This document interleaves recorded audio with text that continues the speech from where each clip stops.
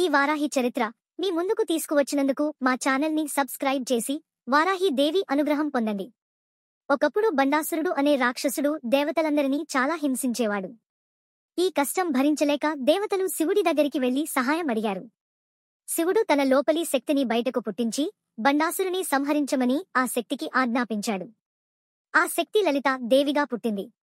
ఆమెను ఇచ్ఛాశక్తి అని కూడా అంటారు. బండాసురుని సంహరించడానికి లలిత దేవి తన జ్ఞానశక్తి నుంచి శ్యామలాదేవిని, ఆజ్ఞాచక్రం నుంచి వారాహి దేవిని సృష్టించింది. వారాహి దేవి లలిత దేవి సైన్యాధ్యక్షురాలు. యుద్ధానికి ముందుగా లలితా దేవి తన రథంపై నిలబడి ఉండగా శ్యామలాదేవి, వారాహి దేవి ఆమె పక్కన నిలబడ్డారు. లలితా దేవి తన రథం నుంచి 2 కొత్త రథాలను సృష్టించి వారికి ఇచ్చింది. వారాహి దేవి రథం పేరు గిరిచక్రం. ఈ రథానికి 5 పొరలున్నాయి. అందులో దుర్గాదేవి, భైరవుడు, ఇతర దేవతలు ఉంటారు. లలితా దేవి వారాహి దేవికి నాగలి, రోకలి అనే 2 ఆయుధాలు ఇచ్చింది.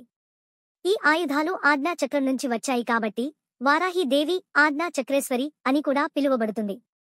అంటే ఆమె అన్ని ఆజ్ఞలను అమలు చేసే శక్తి. వారాహి దేవి రథం ఎక్కి యుద్ధానికి బయలుదేరింది. ఆమెతో పాటు కోట్లాది వరాహ ముఖం కలిగిన సైనికులు కూడా ఉన్నారు. ఆ సైన్యం గర్జనలు చేస్తూ ముందుకు పోయింది. వారాహి దేవి చేతిలో నాగలి, రోకలి పట్టు కట్టి యుద్ధం చేసేది. రాక్షసుడు విషకృడు తన సైన్యాన్ని తీసుకుని యుద్ధానికి వచ్చాడు. అతను ఒక పెద్ద గదాతో వచ్చాడు. వారాహి దేవి రోకలితో ఆ గదను విరిచింది. ఇద్దరూ రాత్రంతా యుద్ధం చేశారు. చివరికి వారాహి దేవి నాగలితో విషకృడిని దగ్గరకు లాగి రోకలితో అతని తలపై బలంగా కొట్టి చంపింది. ఆమె యుద్ధం అద్భుతంగా జరిగింది. తర్వాత లలిత దేవి బండాసురుని సంహరించింది. ఈ కథ చెప్పేది కేవలం ఒక భాగం మాత్రమే. మరిన్ని కథలు కూడా ఉన్నాయి. వారాహి దేవిని స్మరించిన వారికి రక్షణ లభిస్తుంది, విజయం లభిస్తుంది.